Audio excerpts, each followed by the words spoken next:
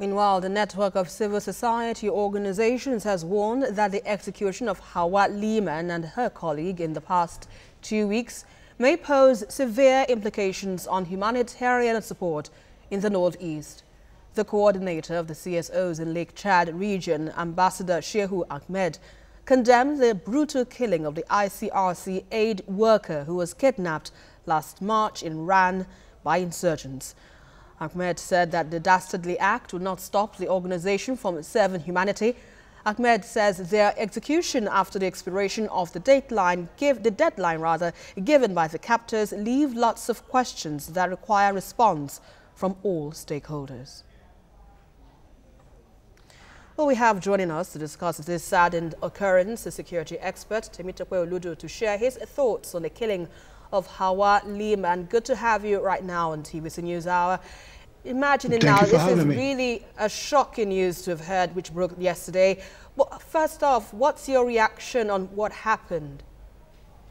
Of course, we're all saddened by this drastic and draconian killing of an aid worker who is not a military personnel that is working, and even at that, they have no right to take another person's life. And my organization, African Security Forum, has actually issued a statement to that effect.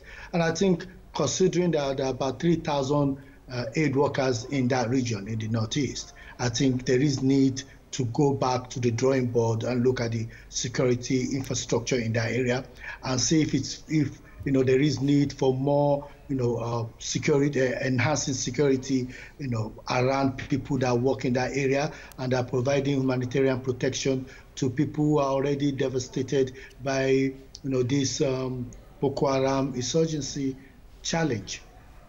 Now, Temitope Olodo, this is a bit away from security. Do you think we as Nigerians failed HAUWA? Do you think we should have made so much more noise about their abduction? Do you think we forgot about them until, she died? Do you think we are also to blame somehow for this? There's no doubt in my mind that there is some heads should roll on this matter.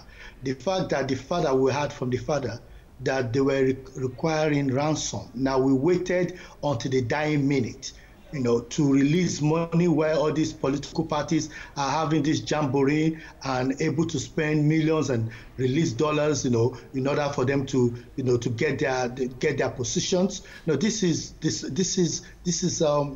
a scandal on its own, and I think there is need for a presidential report on this to know exactly where there is the failing, and so that we could learn, because there are a lot of people that are under this diabolical individuals' hand, and we need to get them out.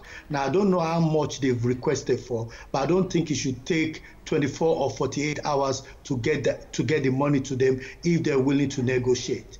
And for us to leave it to the last minute to be negotiating people's life for money, now this is a disgrace. And Indeed. At this point, what should be happening? Yeah, it is a disgrace. Please. Yeah, but let me quickly come in here, Temitope. I'm sorry for interrupting your flow of thoughts, but talking about paying ransom and getting these abductors freed, one would say, is it necessary to pay ransom? Because, we're talking about a faction of Boko Haram here. This is a swap. So if we continue paying ransom to these terrorist groups, we more or less have more terrorist gangs in our hands, causing more havoc, wreaking more havoc in the country. So but what's the best way to handle terrorist organizations that keep destroying or killing lives and causing more havoc as it is today? I think let me start from what Mr. President said. He said that Boko Haram have been technically defeated. If Boko Haram have been technically defeated, it means that they've been boxed into a particular area, which is the last frontier that they are looking at. Now, if there are individuals that we could still negotiate to get them out, we're not setting new precedents. Everybody has done it. The Cameroonians, the British, even if they don't come out publicly, people are doing it. And in a situation like this, if you and I, God forbid, are being held by these individuals, at least we will believe that our government will do everything possible to find us. The McCain family that lost their child in Spain, over 5 years on, the UK government is still investing money into finding this girl. Why is it that in our own situation we forget people? You know, we don't even have a designated amount of money to look for people that have been kidnapped or adopted by this individual. There is no particular team that is dealing with it. The same military that is going after the Boko Haram is the same military that we expect to be dealing with this. When we should have had a combination of a task force looking into this, following up leads, to be able to know exactly what to do and how to get these girls. If we can't do that, then we should pay the ransom.